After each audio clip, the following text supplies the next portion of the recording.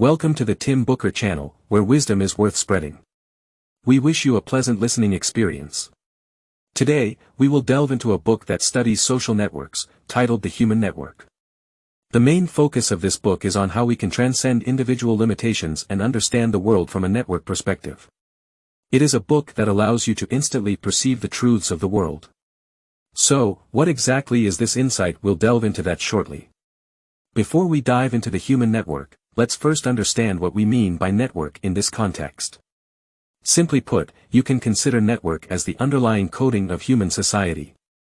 It encompasses the entire civilization and essentially represents an ongoing process of connection and network formation. Human society initially consisted of isolated individuals, but as connections formed between individuals, new networks emerged, such as tribes. These tribes, in turn, connected to form villages, and villages to form cities, which eventually led to the formation of nations. During the age of exploration, nations connected with each other, turning the entire world into a vast network. In essence, the eyes of human society are formed by connecting points with lines, and lines with lines to create networks. This continuous process of network formation is why we say that networkization is the fundamental coding of human society. This coding, in turn, influences us in various ways from three dimensions: points, lines, and networks. It shapes the operating rules of many industries, fields, and communities during the process of networkization. To understand these rules, we must comprehend the core logic of the human network. The author of this book is Matthew O. Jackson, an economics professor at Stanford University in the United States. He is also a member of the American Academy of Arts and Sciences and a leading figure in the field of social networks. He previously published a book called Economics and Social Networks, which is considered a must-read in this domain. The Human Network serves as an extension and upgrade of his previous work. Of course, this book contains a wealth of content that cannot be summarized in half an hour. Today's interpretation is like opening a window for you. If you have the desire to explore further, we encourage you to read the original book. Next, we will explore the human network from the three dimensions of points, lines, and networks, dividing it into three parts to interpret the book for you. First, Part 1, let's talk about points and how networkization affects each node, which represents each individual. This is the smallest unit of network effect and forms the foundation of understanding the human network. The summary of these impacts can be stated as follows: nodes with the most connections have the greatest influence in the network. At first glance, you might think this conclusion seems rather ordinary, and similar phenomena are quite common. For instance, many people imitate the dressing style of celebrities because these celebrities serve as nodes that connect with the attention of many fans. However, if I don't follow celebrities, then I shouldn't be affected, right? Well, that's just an illusion. If we delve deeper and look at this matter with a professional perspective, you'll discover that this influence is even more profound than you might imagine. More importantly, you might not even be aware of the extent of this influence. To understand how this conclusion is reached, let's start with a sociological paradox known as the friendship paradox. Simply put, the majority of people tend to believe that their friends have more friends than they do. It might sound a bit convoluted, but in essence, it means you always feel like your friends have better social connections than you. This conclusion may appear to be a mere perception, but when we study this phenomenon with mathematical statistics, the paradox arises. Imagine a school with 100 people, and you ask each person two questions. The first question is, how many friends do you have? Afterward, you calculate an average value, let's say it's 20. The second question is, how many friends do you think your friends have? After asking this, you calculate another average value, and you'll find that this number is certainly higher than 20, say, 30. At this point, the paradox emerges because fundamentally, these two questions are essentially the same. You are also a friend of someone else. In other words, one question, through two different ways of inquiry, obtains two distinct results. So, why does this bias occur? It's because nodes with more connections are magnified. Let me explain. When you think about how many friends your friends have, you don't actually consider all your friends. You usually only think about those friends who are socially well connected, the ones with the most connections, also known as supernodes. In the United States, there was another study about why people who previously didn't drink alcohol start drinking after attending a party. When asked, they often respond that they started drinking because everyone else was doing it. However, upon investigating the party, you'll find that only a few people were actually drinking, perhaps just a minority of the attendees. Yet, it's these few individuals who enjoy drinking and have high visibility at the party, making them the super nodes of that gathering. So, you believe that everyone is drinking because these super nodes disproportionately represent the situation. In other words, you think you're following the majority, but in reality, you're only following those few super nodes. Similarly, the book mentions another study where people were asked to pick the most beautiful face from 100 photos of female celebrities.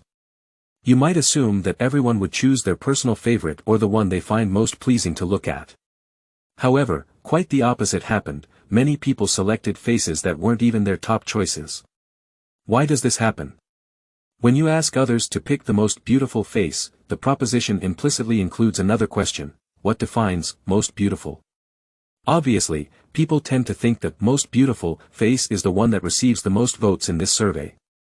In other words, choosing the most beautiful face essentially becomes a guessing game about what others would pick.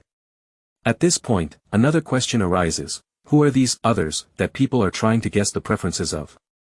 Most people would naturally think of their friends, particularly the ones who stand out the most and have the best presence. Once again, in such a seemingly ordinary consideration, we are influenced by super nodes in the human network. Points connected to other points form super nodes in the human network, and these super nodes silently and powerfully influence other nodes. Alright, that concludes the first part. At this point, you might wonder if the nodes with the most connections are the most influential in the human network. According to this book, not necessarily. Although we all establish connections, not all connections are the same.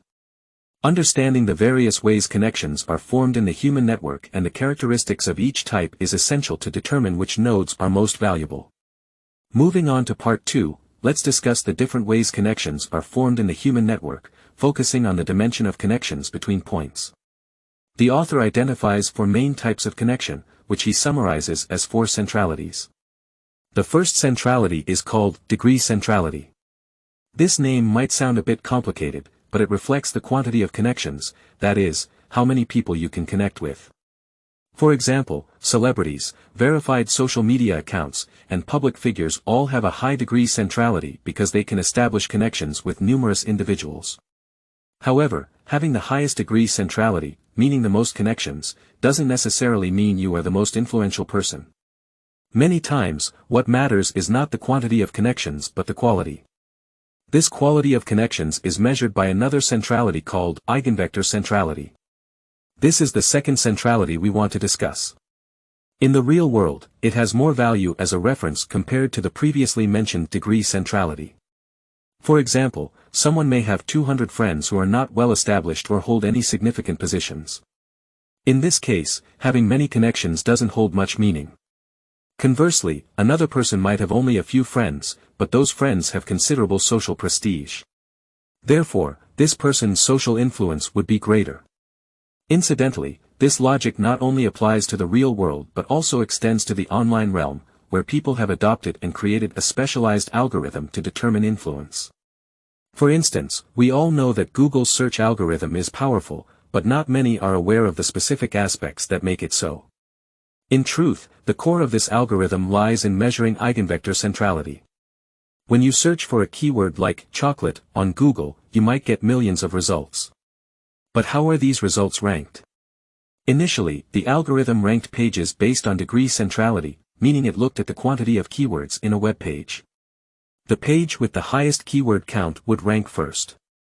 However, this approach brought about a problem.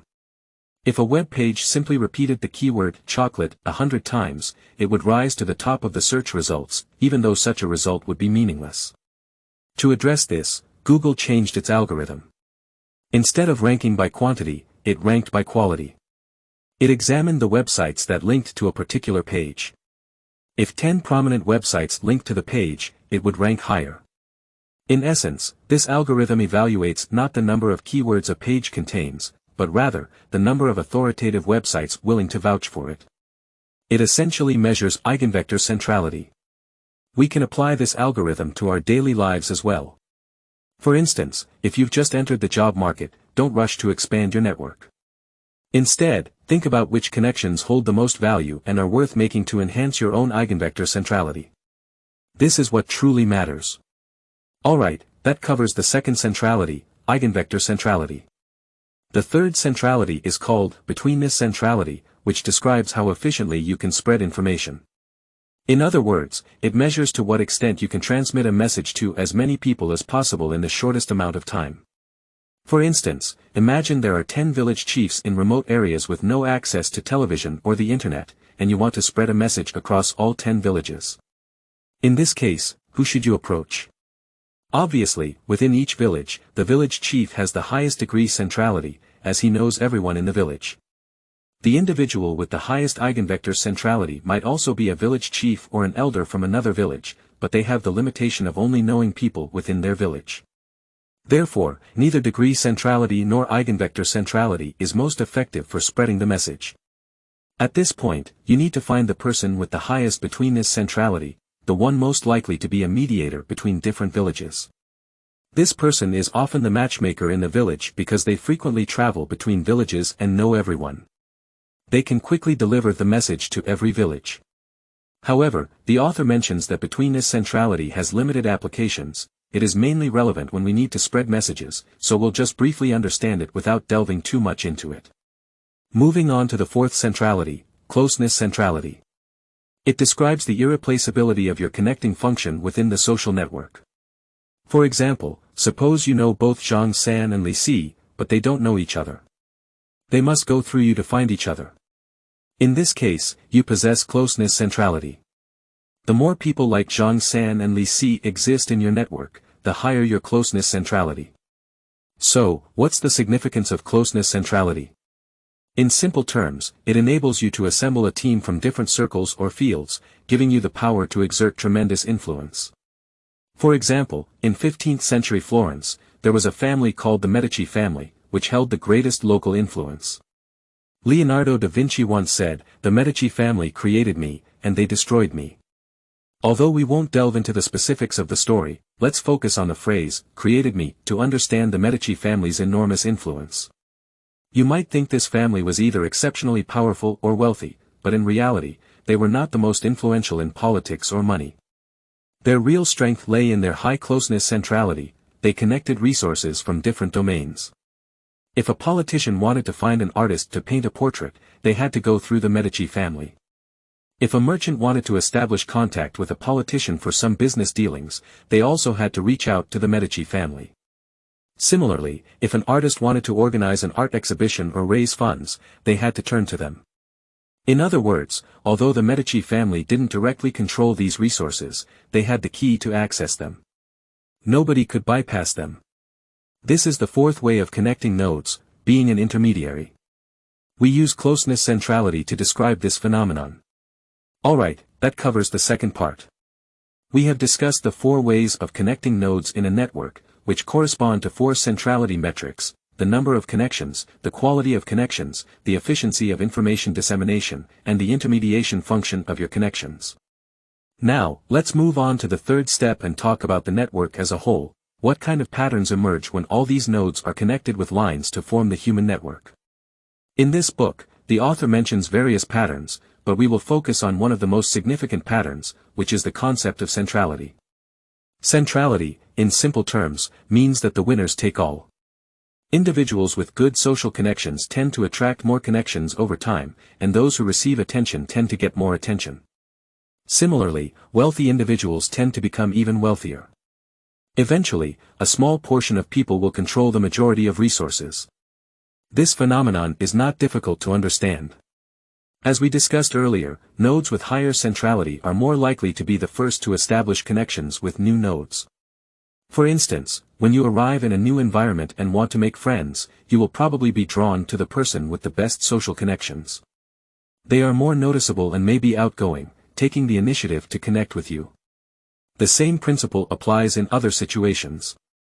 If you want to do business in an unfamiliar place, you will collaborate with someone who has the best reputation. In essence, human networks keep growing, and new connections are formed between nodes, but these connections are not random, they are selective. Nodes with higher centrality are more likely to obtain new connections first. You should note that human connections essentially represent connections to resources, and your connections reflect the flow of resources. For example, there is a joke online that a billionaire can't spend all his money because every cent he spends will eventually come back to him. From a network perspective, this is not hard to comprehend. If you occupy a critical position in the network and have a sufficient number of high-quality connections, any money you spend will likely circulate back to you through the network. However, you may wonder if high centrality means that all resources will concentrate in the hands of a few individuals, leaving no opportunities for others. That is not the case. In social networks, there is a concept called structural holes. These are gaps between two networks where there are no connections. From a structural perspective, these gaps are structural holes. You might find this concept too abstract, so let's use a thought experiment to explain it in detail. Imagine that there is one person on Earth who can establish connections with an alien civilization. Pay attention, as there is only one person with this ability. In this scenario, how powerful would this individual be? You might say they would be wealthy because they could act as a mediator and engage in business between Earthlings and the aliens, making profits from price differences. If the business grows, they might even become a billionaire. However, if you think this way, you might underestimate the value of the structural hole. In reality, if there were such a person, they would likely become the most powerful person on Earth. Why? Because once the aliens appear, humanity would want to determine whether they come in peace or with hostile intentions. To establish diplomatic relations, all nations would have to work together. This person would be at the center, and a united effort from humanity would establish a department for extraterrestrial communication with this individual at its core. At this point, this person would essentially be the most famous person on Earth. They would also be the one who knows all the most influential people on Earth, and their centrality in the 4 centrality metrics we discussed earlier would be the highest on Earth. Whatever they say would be taken seriously by others. In essence, this thought experiment exaggerates the power of the structural hole to the extreme. Only by magnifying its impact can we draw attention to it because, in reality, there is no such massive structural hole. Yet, even without such a significant structural hole, there are still numerous smaller ones in our daily lives. For example, within a company, there are structural holes between departments. If you can bridge 2 departments together, you occupy that structural hole. As we move up, there are structural holes between companies, industries, and so on. The more significant the structural hole you occupy and the greater the distance between the networks you connect, the more substantial the benefits it can bring. Alright, that concludes the third part. The human network. What patterns does the human network exhibit? We mainly discussed one pattern called centrality begets centrality. In simple terms, the winners take all. As the human network expands, the more connections you have obtained, the more priority you will have in obtaining future connections. For newcomers, opportunities are often hidden in structural holes. Finding 2 networks that have not yet established a connection and occupying this structural hole to establish new connections can lead to benefits. Alright, this is where we will conclude the discussion on the human network. Once again, I must remind you that the original content of this book is much richer than my interpretation today. If you are interested in social networks, I recommend this book as your first choice. Alright, that covers all the content for today. Congratulations, you have listened to another book. Thank you for your support and attention. Please subscribe to the Tim Booker channel, like, and share it with your family and friends. Wisdom deserves to be spread, opening the way to a better future. Thank you, and goodbye.